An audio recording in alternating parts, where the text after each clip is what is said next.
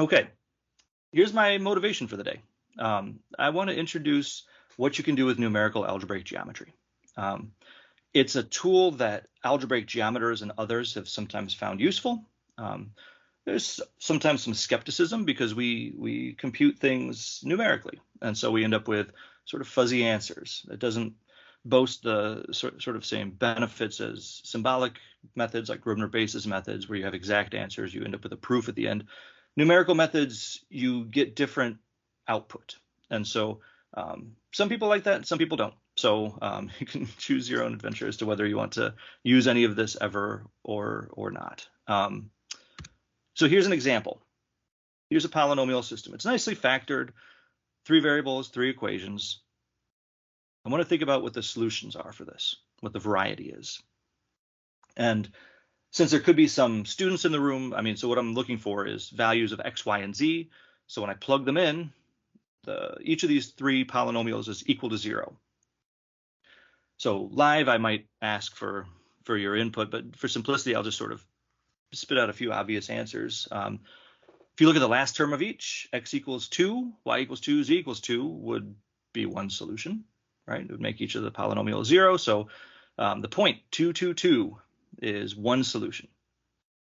You might also see x squared plus y squared plus z squared minus 1, right, is a term in each of the 3 polynomials. So setting that to be 0 would also give you a solution set, right? That's one polynomial, or sorry, there's one polynomial that any solution to that one polynomial satisfies all 3 of these. So it's one constraint, so it's a 2-dimensional solution set.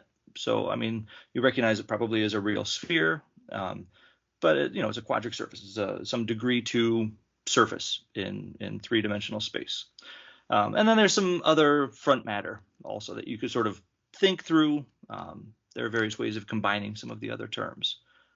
So here are 2 ways you might answer this question. There's 6 irreducible components. So quadric surface, cubic curve, 3 lines and a point. Okay, so nice variety there.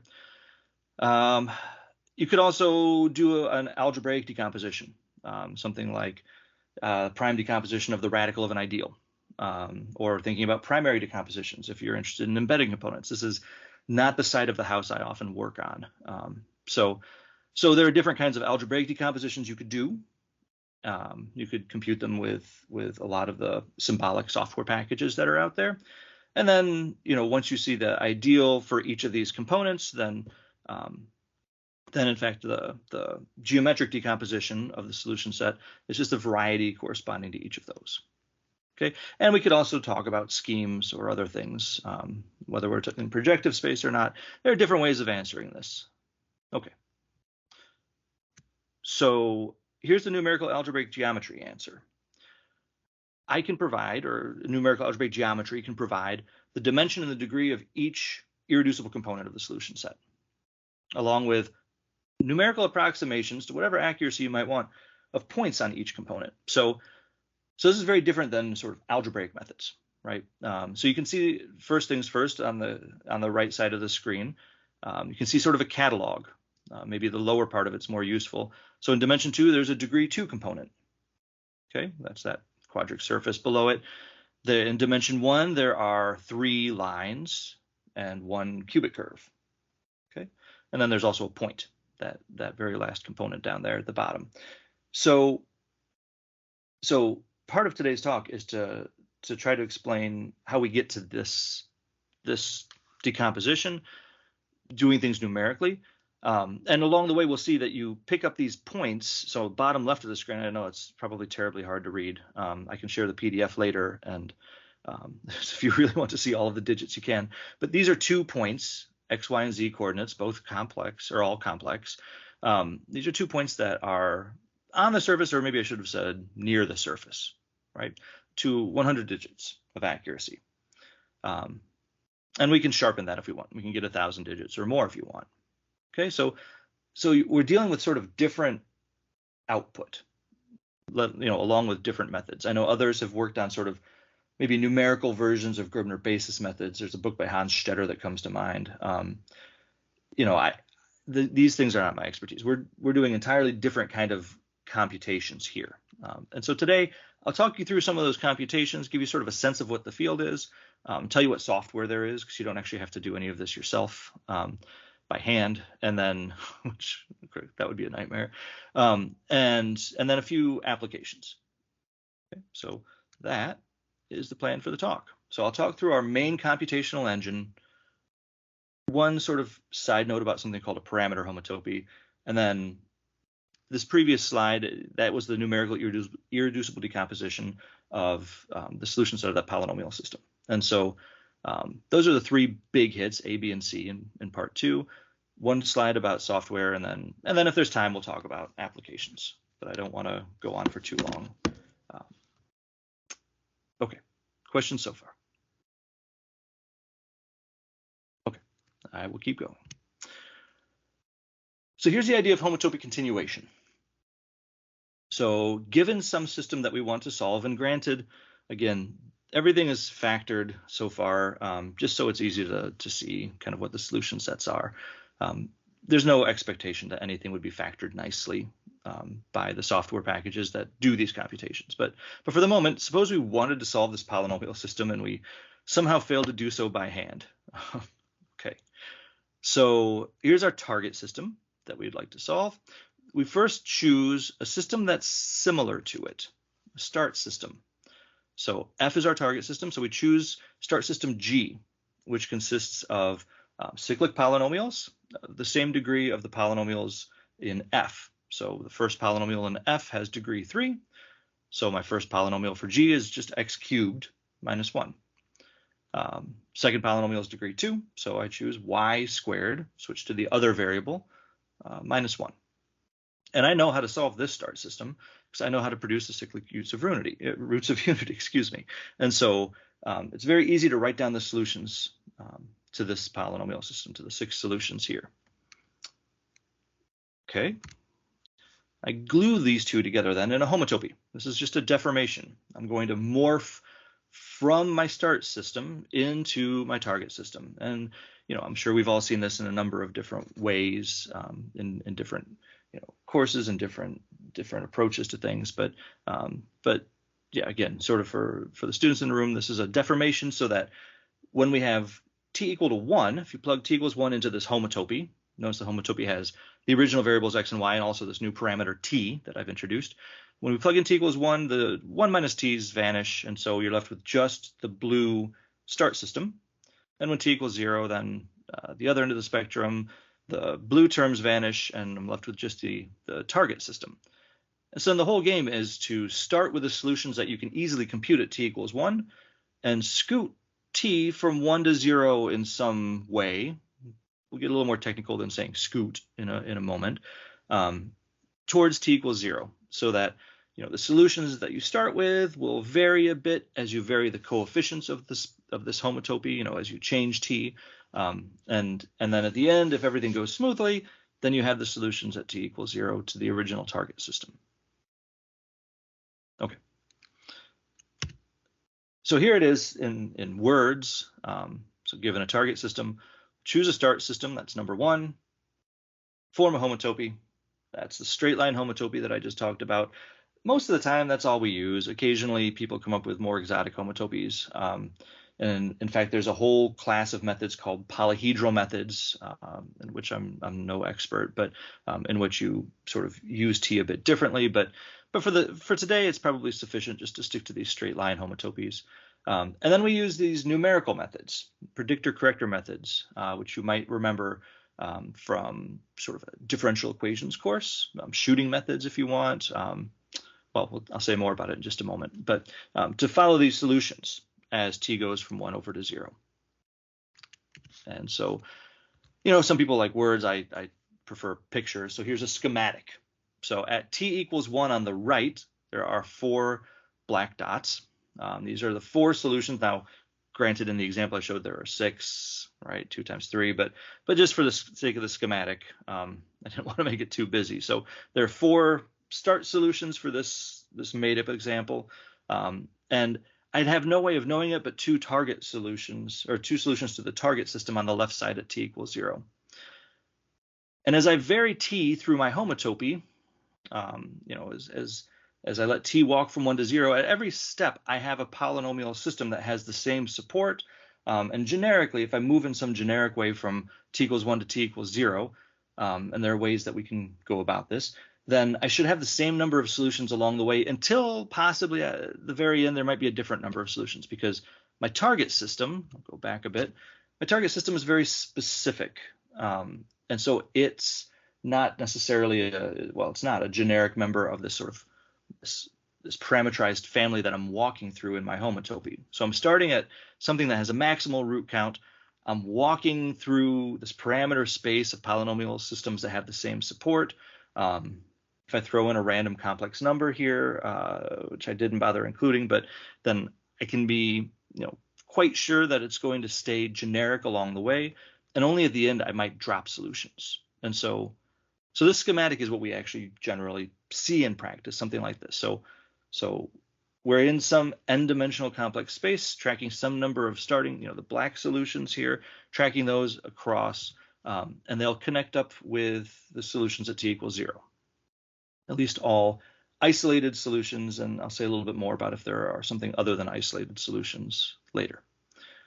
So you can see there are 2 start points that go on these red paths then and end up landing at the red solution at t equals 0. That turns out that that's a multiplicity 2 solution. Starting at t equals 1, there's a blue path that goes across and very happily lands by itself at a solution at t equals 0. And then there's also this other point that we track along and unfortunately diverges, goes off to infinity as we're working our way across.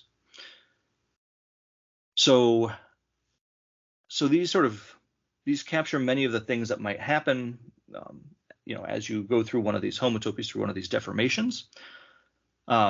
Here on the screen, this is just 2 real dimensions that we're looking at, one of which is t and one of which is n-dimensional complex space. So they certainly run into each other, these paths.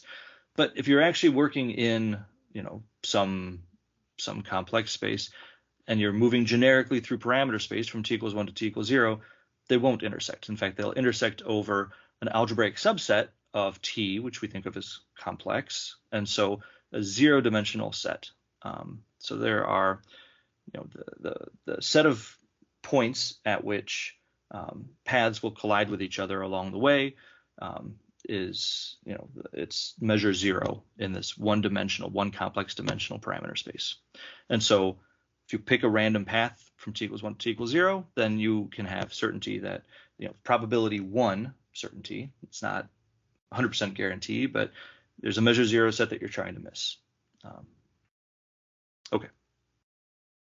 I can say a bit more about this in a moment. Maybe I'll wrap up this bit on homotopy continuation and then stop for questions. So how do we do this? How do we walk from t equals 1 to t equals 0 computationally? This might be 50 variables and 50 equations. So we're dealing with fairly large matrices, at least by my standards. Well, the way you do it is you just use predictor-corrector methods. You use Euler's method to predict, or maybe Runge-Kutta if you like, or some other predictor method. So you let t move a little bit, you move along a tangent direction or some other computed direction using a different predictor method, and then you freeze t and you run Newton's method, because you'll step away from the path a bit in your prediction. So when you freeze t and you run Newton's method, as long as you didn't step too terribly far, you'll correct back to the path, or correct back near the path with Newton's method, say an iteration or 2 of Newton's method. And so you can do this then repeatedly for each path, one path at a time. You walk slowly from t equals 1 over to t equals 0. And there are many, many games that we play with this to speed it up, to increase security. There are issues when paths come near each other. If you are familiar with these sorts of things, we can monitor the condition number of the Jacobian matrix, and if it becomes too large, meaning that the matrix is moving towards being singular, that means 2 paths may be getting close to intersecting each other, and so there's the risk that you'll jump off of one path with a prediction onto another path, and we build in all sorts of checks for these sorts of things. So bottom line here, I'm skipping a great many details. So the choices of predictor corrector methods, how to handle systems that don't have the same number of equations and variables. Bertini's theorem helps with this. And I could say more about any of these things if you're interested, but polyhedral methods, which are a particular kind of start system. I didn't talk about anything other than the simplest kind of start system. In fact, there are several standard ways of choosing start systems that depend on various kinds of root counts. So multi-homogeneous start systems, these polyhedral methods, and other various things in between. Adaptive step length, which is kind of some of the care we take as we're moving along these paths from t=1 to t=0. Adaptive precision, so cranking up the precision if we notice that we're getting near a singularity, meaning at least a near singularity, where paths are coming close to each other. There are different ways of navigating that. Various safety checks we have at the end to make sure paths didn't cross along the way. Cross meaning got near each other and the tracker jumped from one path to another. End games, there's a whole, I could give a talk just about end games. Not that I will. I don't want to take any more of your time than you want. But let's go back one slide for a moment. As you get near t=0, paths may be coming together. And it's not that we need to somehow dodge that. If you have a higher multiplicity, so multiplicity 2 or more solution, you want to compute that solution. And so we play games with Cauchy's integral formula, walking around t=0 to predict what the solution at t=0 would be, or using fractional power series. There are different so-called end games, which all of this is 30 or 40 years old now. 40? Okay, 30 or 35 years old now. So a lot of these ideas go way back and have been implemented. So there's a whole set of things to know about end games, about certification that you actually have found solutions. So there are details in a book. I'm sorry, it's sort of shameless self-promotion, but there's a book that covers all of these sort of nitpicky details, in particular in the context of one software package, Bertini, that the authors here, along with Silviana Amethyst, wrote some years ago. But I guess it's a decade ago now. So if you want to know more, and I'm happy to share this with you. So don't go running off to the bookstore. I'm happy to share. So yeah, there's a book out there with details. Bottom line is you're guaranteed with probability 1, meaning you do actually miss some measure 0 set, and modulo some numerical issues, which we have workarounds to manage. You're guaranteed to find approximations to all solutions that are isolated over the complex number. So we can find all points in a variety. And how we handle higher dimensional things, that's the next part of the talk. Okay, maybe I'll stop for questions for a moment. Okay. Johannes, are we still here? Yep, we are all here. Okay. I just imagined that my team shut off 1 minute after I started speaking. I've been talking to myself. So good to hear. We are here. No worries. Okay, very good. Thanks. Okay, well, maybe I'll move on. We can come back if you have other questions. One sort of fun side note, if you run this homotopy continuation business on a polynomial system that has positive dimensional solution components, as opposed to what I'll be talking about in just a moment, the question is, where do the paths go? So if your solution set, if your target system has as its solution set, say it's that original polynomial system I showed you that has the surface and the cubic curve and so on, where do all the paths go? Well, it turns out that there's some intersection theory that answers that question. And in this paper that we put together a few years ago, we sort of answer that question. It has to do with equivalences. And this is not something I know. So David Eklund, along with Chris Peterson, but David Eklund is who's attached to KTH, is sort of one of our intersection theory experts that we talk to sometimes. So okay, moving on. So that's the computational engine that we use. So you can see this isn't, we're not building S polynomials to do Gribner basis computations. We're not trying to do a numerical version of things that have been done in the past. We aren't sort of mimicking Fourier. This is like totally different stuff. And there's one case where we can be particularly efficient. So if we have to solve the same basic polynomial system repeatedly, meaning that it has the same support, each of these, say, 1,000 polynomial systems that we want to solve have the same support but different coefficients. Well, homotopy continuation is very well suited for this. And so here's the sort of again a schematic of how this would work. So suppose we want to solve polynomial systems at particular points in parameter space. I'm sorry, I misspelled space there. But so you can think of these parameters as these parameter values as sort of the coefficients of the polynomial system, or something that determines the coefficients of this polynomial system. So, we want to solve 2x squared plus 3 and 3x squared plus 3 and 4x squared plus 3. Okay, so hopefully you can imagine. So the game that you can play is, a priori, you could solve at each of those points using a total degree homotopy. Maybe it's a degree, 5,000 polynomial system. That's the Bézier bound. And so you end up tracking 5,000 paths. And maybe generically on this maybe small parameter space that we're thinking about, maybe there are 7 solutions in general. And so you track 5,000 paths, 4,993 are wasted, but you get your 7 solutions at the first parameter value. Then you do it again, and you waste another 4,993 paths. And this is not such a good idea. So instead, you can move to some random complex parameter values. So you can solve your polynomial system once with sort of a total degree homotopy, total degree start system, or whatever other start system you might want to use. So there might be some wasted effort solving once, and then once you're in a parameter space that you care about, you can then move from that generic complex point to each of the points in parameter space that you actually care about. So you can then track, instead of 5,000 paths, I think is the number I was saying a moment ago, to get 7 solutions at each. Now you track 5,000 paths once, and then 7 solutions or 7 paths to each of these points.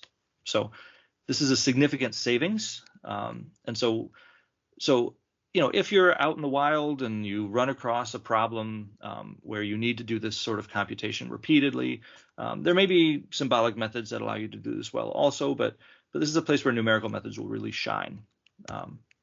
And sometimes things may go wrong along the way, and any good software will spit out a warning that something didn't go well, paths crossed, or something was singular. The Jacobian matrix was singular along the way. So there are ways to work around that. Move to a different generic point in parameter space and come in from a different angle.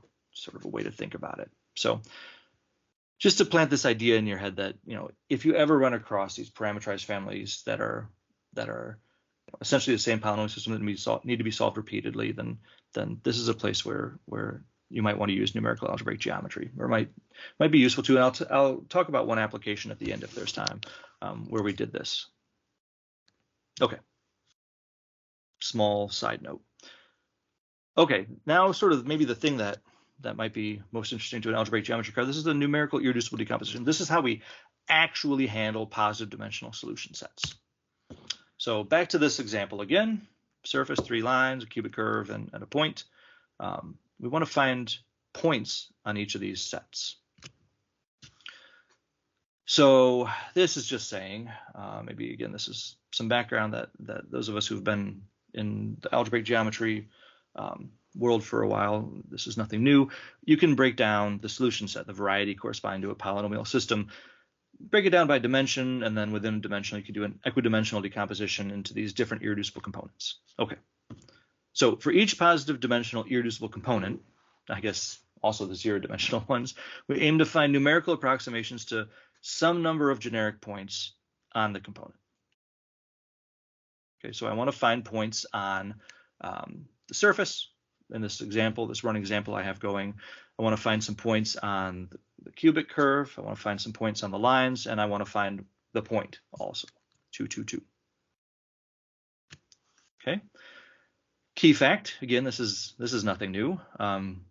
Given an I-dimensional algebraic set, if you intersect it with a codimension I linear space, you get a particular number of points called the degree of the component, right? So again, I'm thinking over the complex numbers. I'm thinking complex projective space here. I'm not thinking, finite fields. I'm very specifically just in the complex field. So, so to find this certain number of points, this degree number of points on each component, we want to intersect with a codimension I linear space, so we can append I randomly chosen linears to the original polynomial system F. And that's the intersection. The solution set of that, it will be the intersection of at least of my entire variety with a codimension I linear space. And we call this slicing. That's the word that we just that's our jargon in the business. So to find points on every component, at least sort of at first glance here, we can just intersect with a line, intersect with a plane, intersect with a 3-dimensional linear space, 4-dimensional linear space, and just collect lots of points that are in the variety of our solution set, in the variety of our polynomial system that we started with. Okay, problems. So maybe I'll look at the example in the middle of the screen here first. Suppose there are two curves and a surface. Okay, when we slice, let's suppose we're in just 3-dimensional ambient space here. Just to keep things simple. So when we slice to get points on the curve, curves are 1-dimensional, so we'll use a 2-dimensional linear space. That's codimension 1. So we'll use a 2-dimensional linear space. That 2-dimensional linear space will also hit the surface in a 1-dimensional set. And so when we slice to find points on the curve, slice with a plane, we also hit the surface and we hit both curves. And so if we solve the polynomial system consisting of the original polynomials along with one linear thrown in to get this randomly chosen plane, then we end up with a bunch of points, which are points that we want, but we have to figure out how to classify them. So how can we tell the dimension of the points that we found, the dimension of the component on which these points sit, and how can you differentiate, if you have a bucket of 10 points, how do you determine these 3 sit on a surface and these 2 sit on one of the curves and these 5 sit on the other curve? So there's some work to do. These are the two problems. How do you determine what's on a higher dimensional component, and how do we do this equidimensional decomposition? So in terms of finding things on higher dimensional components, the point is you start at the top dimension. So in this case, we would start by trying to find points on the surface. So we would start with intersecting our solution set with a complex line, a randomly chosen complex line, which, again, with probability 1, will intersect the surface and not the curves. And so any points we find will certainly be on the surface, right? And it could be that it's on multiple surfaces if there were multiple surfaces in the solution set. So solution 2 is still the problem 2 is still sort of a bit of an issue here, but at least we know the dimension of the components from which these particular points at the top dimension come from.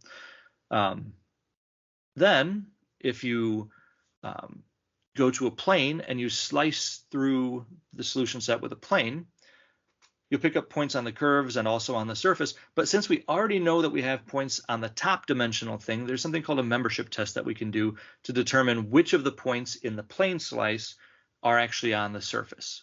And the way that we do it is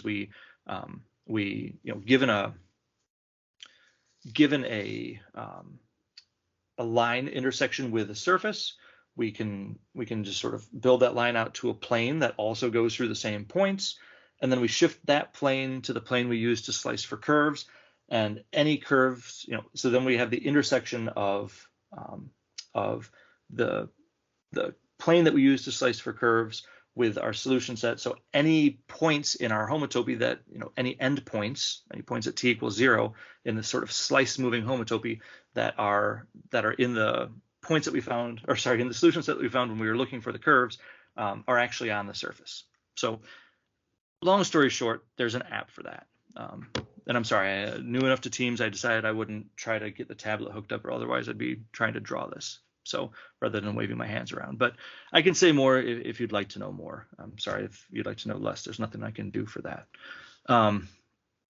So we have a way of determining, if we work our way from the top dimension down, way of determining whether points that we're finding are on components that we've already found at higher dimension. How we do this equidimensional decomposition. So suppose we just have points on the two curves at this point. we have several points that we know sit on some number of components. There's some games that we can play called monodromy and the trace test. Monodromy essentially means we take the plane that we use to find the points on the curves and we move it around in various ways. And sometimes points that are on the same component will switch. And that's a signal that they're on the same component. And so we can group them together. And the trace test says something about the way that these points move if you take parallel slices. You can check something for linearity. And again, I can get into details if you want, but there's a way. There's an app for that. There's a way of actually doing an equidimensional decomposition. So ultimately, you go through and you slice at different dimensions, and you have a way of classifying how many components there are in each dimension and throwing out the junk that's on higher dimensional components. So let me see the time here. Yeah, I'll jump ahead. So ultimately, we get a numerical irreducible decomposition. The bottom line here is, we started with an irreducible decomposition, a geometric thing that had nothing to do with numerics, right?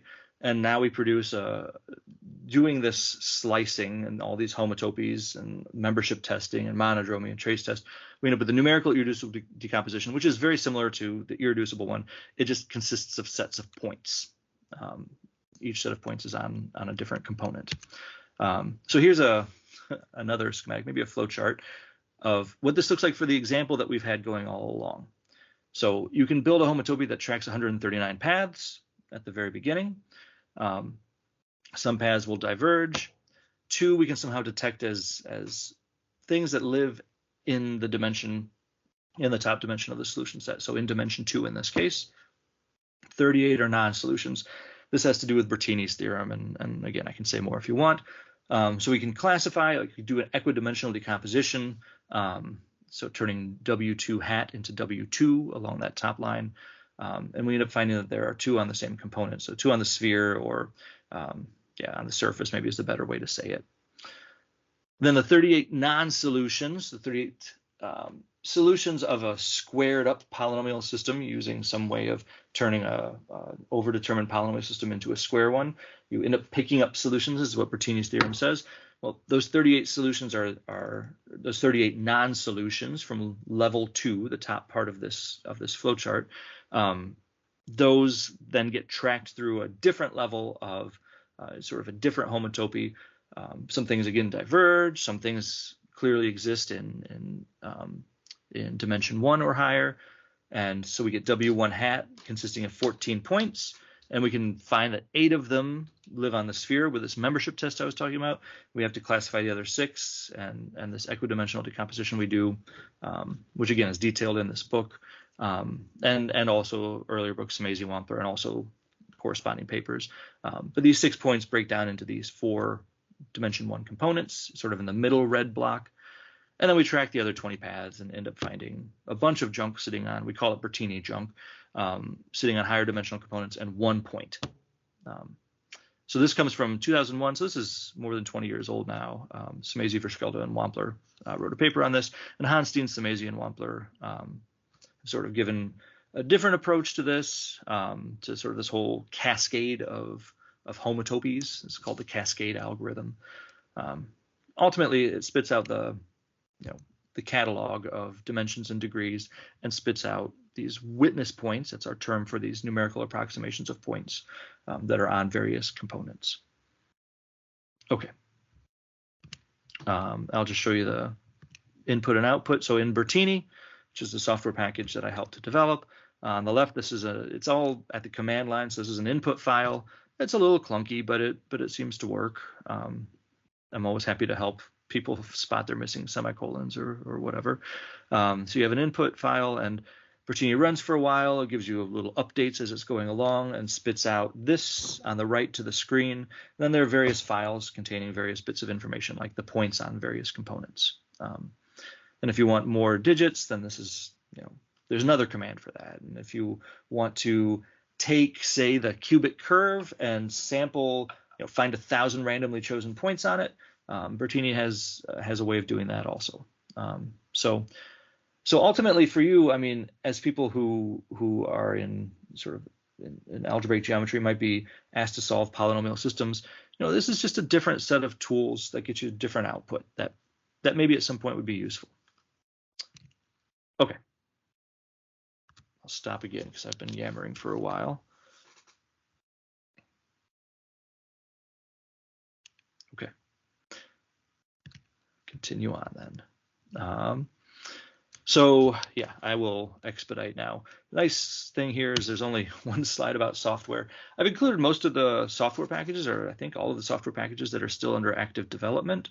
And I've highlighted ones that have maybe more of this implemented. So Bertini, you can do all of the things that I've been talking about, although we don't have, for example, polyhedral homotopies, which, long story short, they track very few paths, but it might be expensive to solve the start system initially. That's one way to think about these polyhedral methods. So Bertini, is maybe 20 years old or so, and there's a group of 5 developers. Han for PS2 and 3, Tianren Chen is very sharp, writes very good code. This is really good polyhedral method software if you want to use polyhedral methods. Homotopy continuation.jl, Paul Breiting and Sasha Timma, who are over your way. They wrote this in Julia. It's extremely fast. You may have noticed there's a paper that got a lot of press. 3,264 points on a conic, was it, in under a second. So there you have extremely fast software.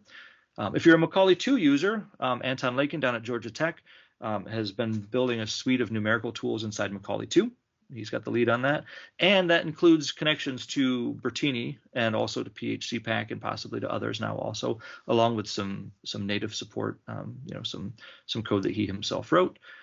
Parametopy, this is for parameter homotopies, something I worked on with a couple of graduate students back at Colorado State.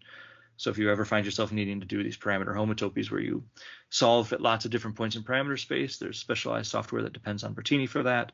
PHCPAC is the oldest of the bunch here, but also still actively maintained by Jan Verschelde and has really nice tools inside of it. It's probably the broadest of the software packages. It includes many different types of tracking, many different types of start systems. And Pulse's GLP, I think, is not so active anymore. So some of these work on some systems better than others. Like Bertini is good on Linux or on a Mac. On Windows, it might be reasonable if you have a way of sort of mimicking a Linux operating system, whereas PHCPAC, for example, is very good on Windows and the others. So it might just depend on what computers you have available to you. Okay. I don't want to take too much longer, so I listed a few applications. In fact, this is an area that started maybe 80s, early 90s, and it's always hard to say exactly when a field starts, but some of the early work was done when some engineers at General Motors needed to solve some problems, for example, about getting a windshield wiper to follow a particular path. They approached an algebraic geometer, my advisor Andrew Smazy, to try to solve this problem. That's where some of these methods, some of the core methods have come from. And then over time, over the next 30 years, students have students, and there are more ideas and more directions and more connections are made. So these are just a smattering of applications. There are plenty more than these. And I wanted to walk through 3 of them. I'll really only talk much about the first because I think it's I find it interesting, and for an algebraic geometer, it might be more interesting than the mechanism design or chemical reaction networks. So again, I'm short on time, so I'll just say briefly, this project, which goes back, at least a decade, this project tries to go backwards. Rather than starting from a polynomial system and trying to find the solution set, it starts from solutions and tries to find a polynomial system with rational coefficients, particularly small rational coefficients that vanish at that point or multiple points. So here's a point. What polynomials vanish at this point? Well, I can think of a lot of polynomials that vanish at any given point. But if you follow this technique that a few of us worked together to develop, a while ago, you can find x squared plus y squared minus 1. This is a solution of x squared plus y squared minus 1. It sort of magically produces a very nice polynomial that, where this, that vanishes at this point. So I don't want to get too deep into it because of time, but let's see. Yeah, I guess maybe the important thing here is the reference, that number 1. This is something that Chris Peterson and I cooked up with a master's student, Tim McCoy at Colorado State. We also had John Honstein and Andrew Samazi involved. Here's the idea. If you take your point and you evaluate it in all monomials up to some degree, so you take the Veronese embedding of the point to some fixed degree, and you could do this, sort of the affine side or the homogeneous side as you prefer. You then want to find coefficients. This is this vector C. So that when you dot this coefficient vector with the Veronese embedding, then you have something that's approximately 0. Well, how would you ever do that? Lattice basis reduction methods do this, easily. This is sort of this is what they do. So LLL, PSLQ in particular, we used Maple and PSLQ to do some computations of this sort. So if you do this, so if you take these 2 points that I started, or these 2 coordinates that I started with, and you evaluate them in the monomials 1, x, and y, and you ask PSLQ for a small integer vector, so that when you dot them, you get something approximately 0. It gives you this 539, 47, negative 950. That's okay. That's an artifact maybe of the numbers in this sort of generic, presumably generic point. So that's a linear that approximately vanishes there with integer coefficients. But okay, if we knew that there was actually a polynomial out there with small integer or rational coefficients, then maybe we could do better than this. So we go up to degree 2, take the degree 2 Veronese embedding, ask PSLQ, and it gives us this negative 100,101. And that's exactly x squared plus y squared minus 1. It automatically picks that out, which is kind of unexpected. Not unexpected in that we randomly chose this point. We were surprised it sits on the unit circle, because of course we took the unit circle, produced this point, and then tried to see if we could recover the unit circle. And in fact, the magic is it somehow does. And if you go up to degree 3, because maybe you don't know a good stopping criterion for the degree of the polynomial that you're searching for, then you get something that's in the span of x squared plus y squared minus 1. So going to a little more complicated example, here's an ideal. You can use Bertini to find a point on each irreducible component for this ideal. There are 3 components. And if you run this Veronese embedding at various degrees using PSLQ to recover sort of small integer coefficient polynomials, you end up getting exactly these polynomials out of that method, which is the same thing you get through Grubner basis methods. So this gives you a way to get some sort of an algebraic decomposition without doing symbolic methods. Now, I make no guarantees that you're always going to get the right answers or that it's going to be faster, but it's still, I find it sort of, I don't know, it's curious. It's interesting that you can do this numerically. You can recover exactness. So, in fact, there's a new version going on where we're working with one of the midshipmen at the Naval Academy. That's what we call our students, and it's actually a military rank. We're working with one of them on sort of the next phase of this. Okay, I will very briefly say a couple words, and then we can go to questions and answers. So, if you're looking for examples of polynomial systems out in the wild, there are many coming from mechanical engineering, particularly kinematics. I think the Coxwell-O'Shea, one of the 2 Coxwell-O'Shea books, is really good at explaining all of this in great detail. I think it's the undergraduate version. And so I won't go through all of the slides. But ultimately, you can write down polynomial systems that tell you how to build linkages. And numerical algebraic geometries actually help to solve what's known as the Mount Everest of kinematics problem. That was posed actually now 100 years ago, Alt's problem. And the first complete solution came in 1992, and Charles Wampler at General Motors used homotopy continuation. So that's a class of examples if you ever want to look into it. And the other thing that I wanted to talk about very briefly was this chemical reaction network problem I did with a group, Jeremy Gunawardana's lab at Harvard Medical School. They have a way of turning chemical reaction network problems into polynomial systems, which I can't say anything about the chemical reaction network side of things, but I can say something about the polynomial system side of things. And so they ended up with 2 polynomials and 2 variables, and after much work, 8 non-dimensionalized parameters. And so for different parameter values, you want to know how many real solutions there are to this polynomial system. There will either be 1 solution or 3. And after much checking, they only ever found 1, but they conjectured that there should be 3. And so before a workshop at AIM out in Palo Alto, so before this workshop, Jeremy Gunawardana sent out this sort of challenge problem. Can you find a parameter value or point parameter space where there are, in fact, 3 real solutions? And so my postdoc at the time, Sylviana Amethyst, threw this into parametopy. We had just been developing parametopy and found a little patch in parameter space where there are, in fact, 3 real solutions instead of the more standard 1 real solution. And this turned into a whole project. And in fact, even a PhD student, a very phenomenal PhD student, Chris Nam, who's now doing a postdoc at Yale, this was a large part of his PhD work.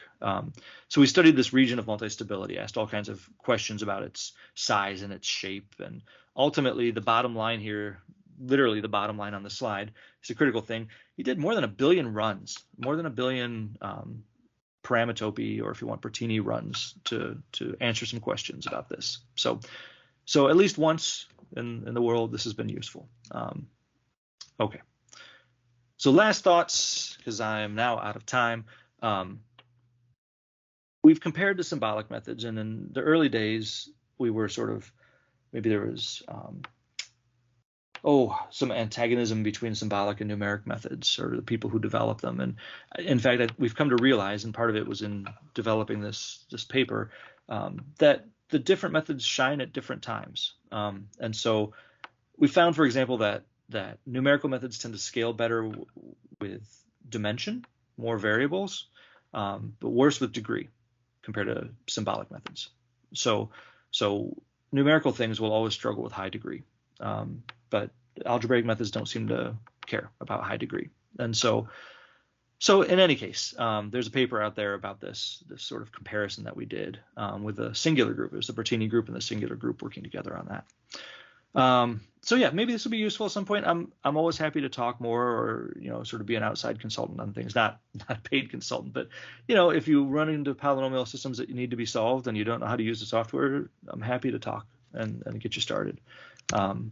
Also, a couple of journals worth knowing about. The top one is very new. Alexander Holpka is the editor-in-chief. It's an Elsevier journal, but at least it's free. The open access is free through the end of this year, and they're open to special issues. So it's a bunch of group theorists, but I somehow got involved also. So algebraic geometry is also fair game. So if you, for example, are running a conference and want to have a special issue, this might be an option. And probably you're aware of the lower one. So, okay, that's all I have. Thank you.